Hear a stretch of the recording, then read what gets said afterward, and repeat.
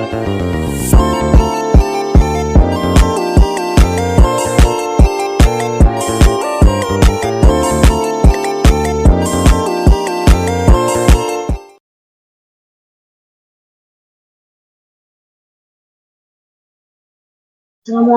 warahmatullahi wabarakatuh. Perkenalkan, saya Ratu Sipa dari Prodi D3 Keperawatan Politeknik Kesbi Sukabumi.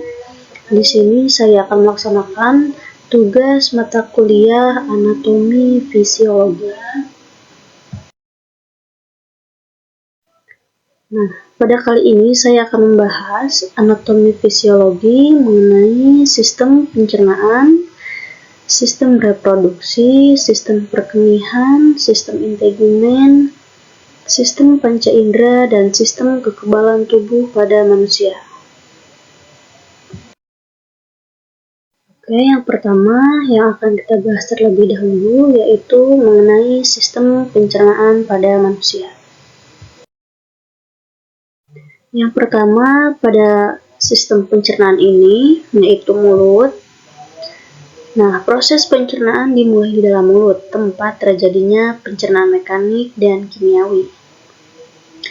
Gigi memotong makanan menjadi potongan-potongan kecil. Nah, potongan kecil makanan lalu dibasahi oleh air liur sebelum lidah dan otot-otot lain mendorong makanan ke dalam faring dan kerongkongan. Bagian luar lidah terdiri dari papila, yakni tonjolan-tonjolan yang berfungsi mencengkram makanan dan mengenali rasa. Nah, yang selanjutnya yaitu kerongkongan. Kerongkongan ini merupakan saluran yang menghubungkan mulut dengan lambung.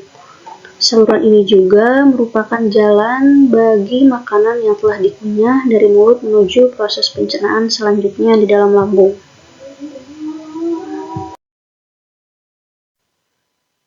Ketiga ada lambung.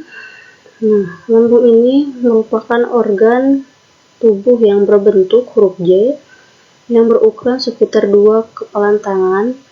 Dalam sistem pencernaan manusia ini, lambung terletak di antara esophagus dan usus halus pada perut bagian atas. Selanjutnya yaitu usus halus. Nah, usus halus ini merupakan saluran kecil yang berukuran selebar 2,5 cm dengan panjang sekitar 10 meter. Usus halus ini terdiri dari 3 bagian, yaitu duodenum atau usus 12 jari, jejunum, dan ileum.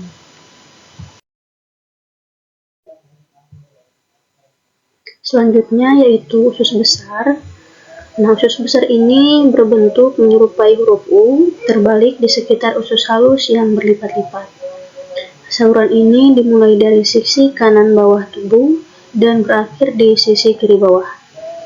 Panjang usus besar sekitar 5-6 meter dan terdiri dari 3 bagian, yaitu septum, kolon, dan rektum.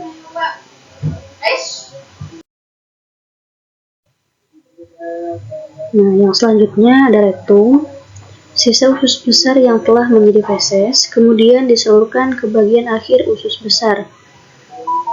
Rektum akan sementara menampung feses sebelum dikeluarkan dari tubuh. Nah, saat rektum sudah mulai penuh, otot-otot di sekelilingnya akan terangsang untuk mengeluarkan feses.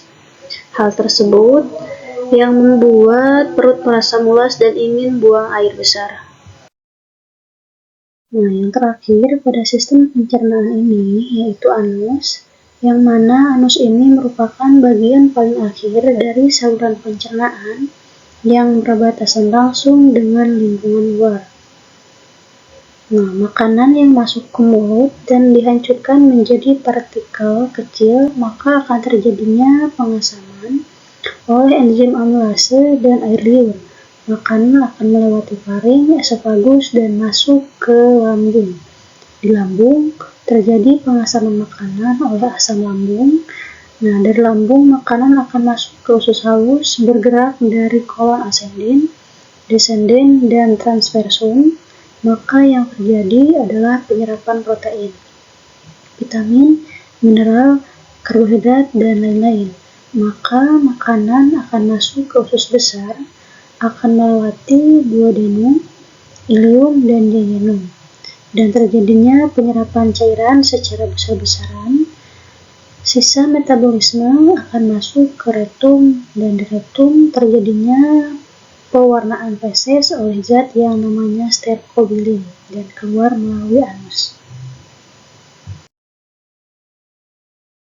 Yang kedua yaitu sistem reproduksi, yang mana sistem reproduksi ini terbagi menjadi dua, yaitu sistem reproduksi pada pria dan wanita.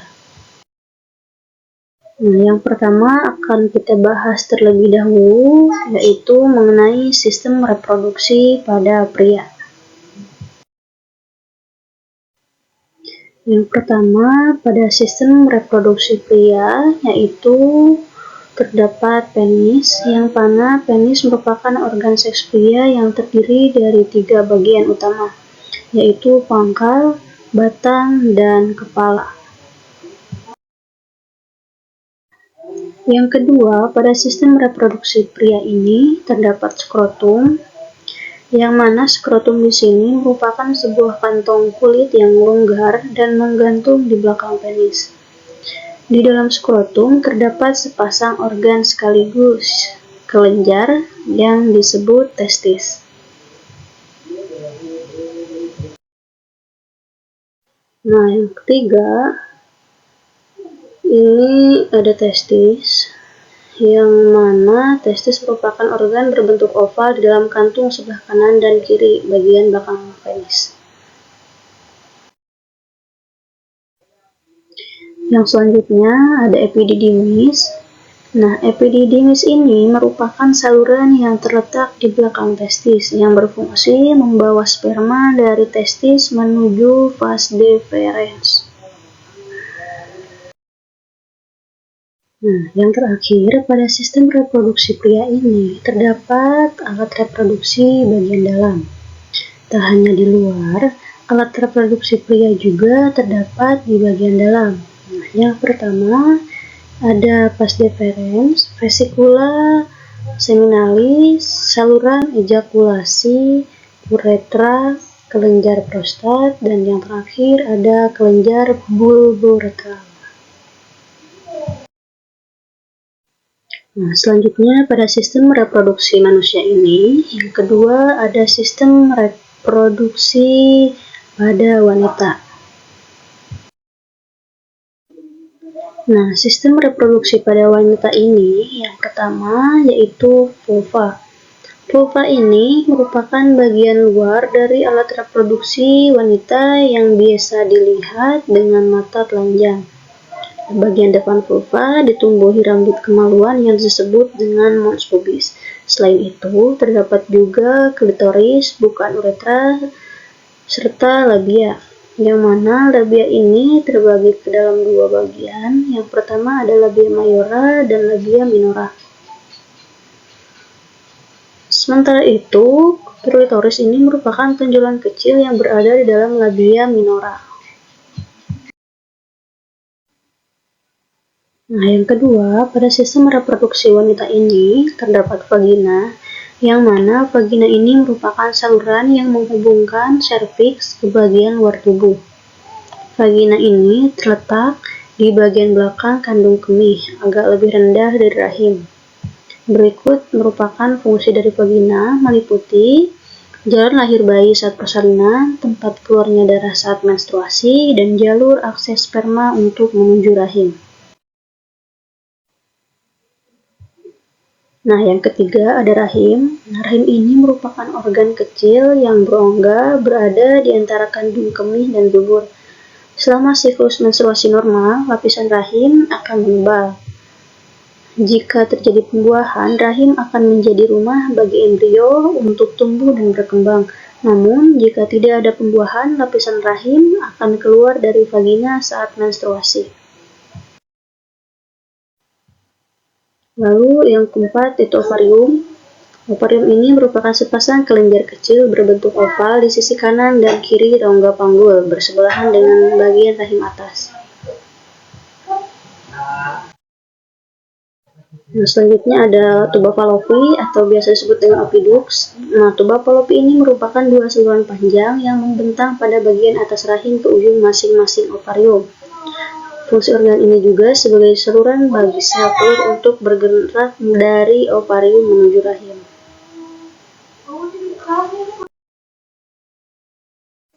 Nah, yang ketiga ini ada sistem perkemihan.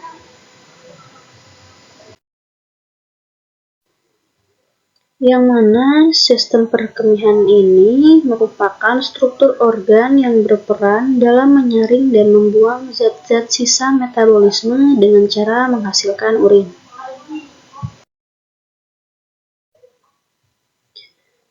Yang pertama pada sistem perkemihan ini yaitu ginjal. Nah, ginjal ini termasuk organ penting dalam sistem urinari. Nah, ginjal memiliki berbagai fungsi dalam penyaringan zat sisa. Yang pertama, membuang limbah dan cairan berlebih, menyeimbangkan kadar air dan elektrolit, melepaskan hormon dan mengontrol produksi sel darah merah, membantu menjaga kesehatan tulang dengan mengontrol kalsium. Nah, ginjal ini nantinya akan mengeluarkan urea dari darah lewat unit penyaringan kecil yang disebut dengan nefron. Nah, yang kedua, pada sistem perkemihan ini terdapat ureter. Ureter ini merupakan dua tabung kecil yang bertugas membawa urin dari masing-masing ginjal ke kandung kemih. Ureter ini memiliki tiga lapisan, yaitu lapisan luar yang terbuat dari jaringan ikat fibrosa, lapisan tengah yang terbuat dari otot polos, dan lapisan yang paling dalam yaitu untuk melindungi permukaan pada bagian sel. Setiap 10-15 detik, urin dalam jumlah yang sedikit akan dialirkan dari ureter ke kandung kemih. Yang ketiga, pada sistem perkemihan ini terdapat kandung kemih, yang mana kandung kemih ini merupakan organ berongga pada sistem urinari yang berbentuk segitiga dan berada di perut bagian bawah. Pada sistem perkemihan orang dewasa, kandung kemih biasanya dapat menyimpan hingga 300-500 mili urin selama 2-5 jam. Kandung kemih dapat meregang saat terisi dan menyusut kembali saat kosong. Sementara itu, bayi dan anak kecil mengeluarkan urin secara refleks hingga mereka dapat mengendalikan sphincter dan menahan urin lebih lama selama toilet training. Yang selanjutnya yaitu ada uretra. Urin yang telah diproduksi oleh ginjal selanjutnya dipindahkan dari ureter dan kandung kemih. Urin akan dikeluarkan melalui uretra. Nah, normalnya ukuran uretra dapat berbeda yaitu sekitar 20 cm pada laki-laki dan 4 cm pada perempuan. Uretra laki-laki akan melewati prostat dan masuk ke penis, sementara pada perempuan uretra terhubung dari kandung kemih dan langsung membuka di bagian vagina. Yang selanjutnya yaitu sistem integumen. Sistem integumen ini terdiri dari epidermis, dermis, dan subkutan. Nah, yang pertama pada sistem integumen itu yaitu ada epidermis. Epidermis ini merupakan lapisan terluar dan tembus pandang sehingga memungkinkan cahaya untuk melewati lapisan epidermis. Setiap lapisan diberi nama berdasarkan strukturnya yaitu stratum corneum, stratum lucidum, stratum granulosum, stratum spinosum, dan stratum basal.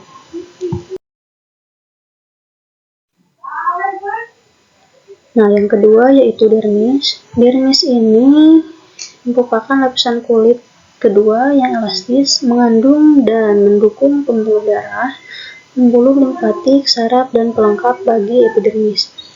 Dermis sendiri memiliki dua lapisan, yaitu dermis papiler dan dermis retikuler.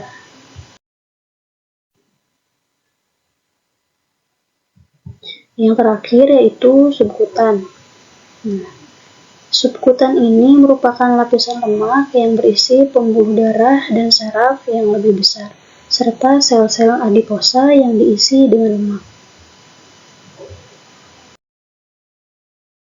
Pada sistem integumen juga terdiri dari penunjang epidermal, yang mana penunjang epidermal itu terdiri dari rambut, kuku, kelenjar sebaceus, dan kelenjar keringat. Kelenjar keringat dihasilkan oleh produksi sel subkutis dan masuk ke bagian dermis. Di bagian dermis akan menghasilkan kelenjar keringat dan dikeluarkan oleh epidermis melalui pori-pori atau folikel rambut. Ketika respon panas, temperatur suhu dihasilkan dari epidermis dan akan masuk ke bagian lapisan dermis menuju subkutis dan terakhir dihasilkan respon oleh saraf pusat.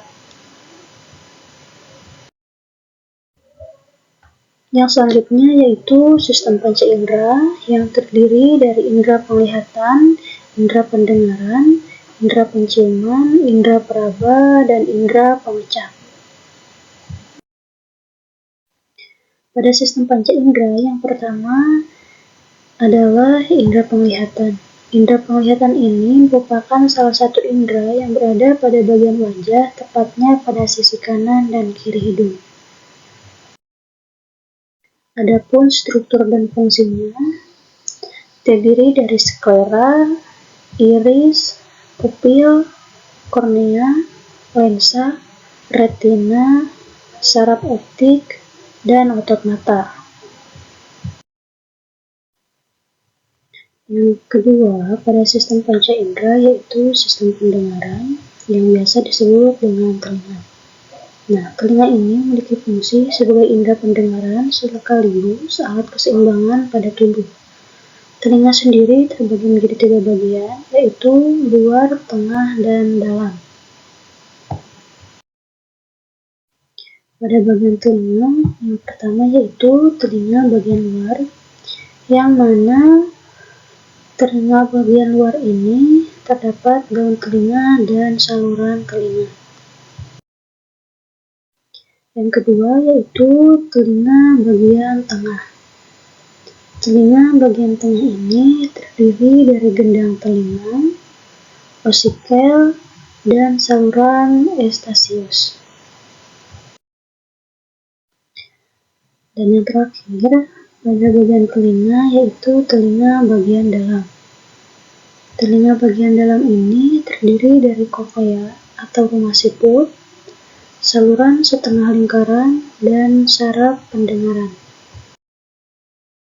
Yang ketiga pada sistem panca indera ini yaitu indera penciuman atau yang disebut dengan hidung. Hidung ini memiliki fungsi utama untuk memproses berbagai aroma di sekitar.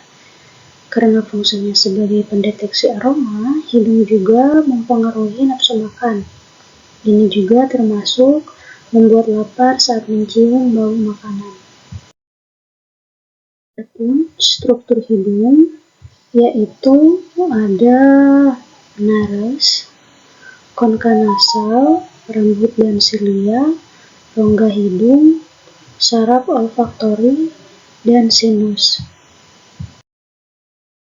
Selanjutnya dari sistem panca indera yaitu indera peraba, yang mana indera peraba ini adalah kulit yang merupakan panca indera terbesar yang menyelubungi seluruh tubuh sekaligus menjadi bagian terluar. Adapun struktur pada kulit terdiri dari epidermis, dermis, dan hipodermis.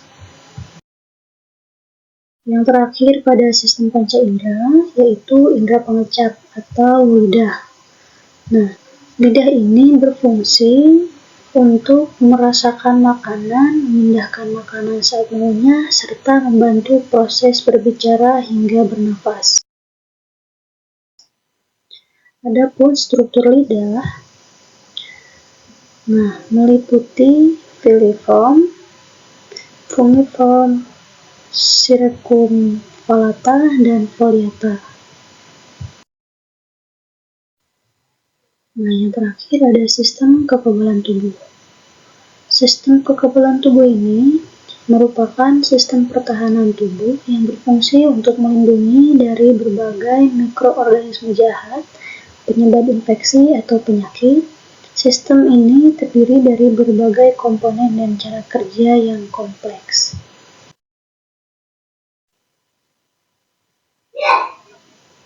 Komponen sistem kekebalan pada tubuh yaitu sel darah putih, antibodi, sitokin, sistem pelengkap, kelenjar getah bening, limpa, amandel dan kelenjar gondok, timus, sumsum tulang, kulit, dan mukosa.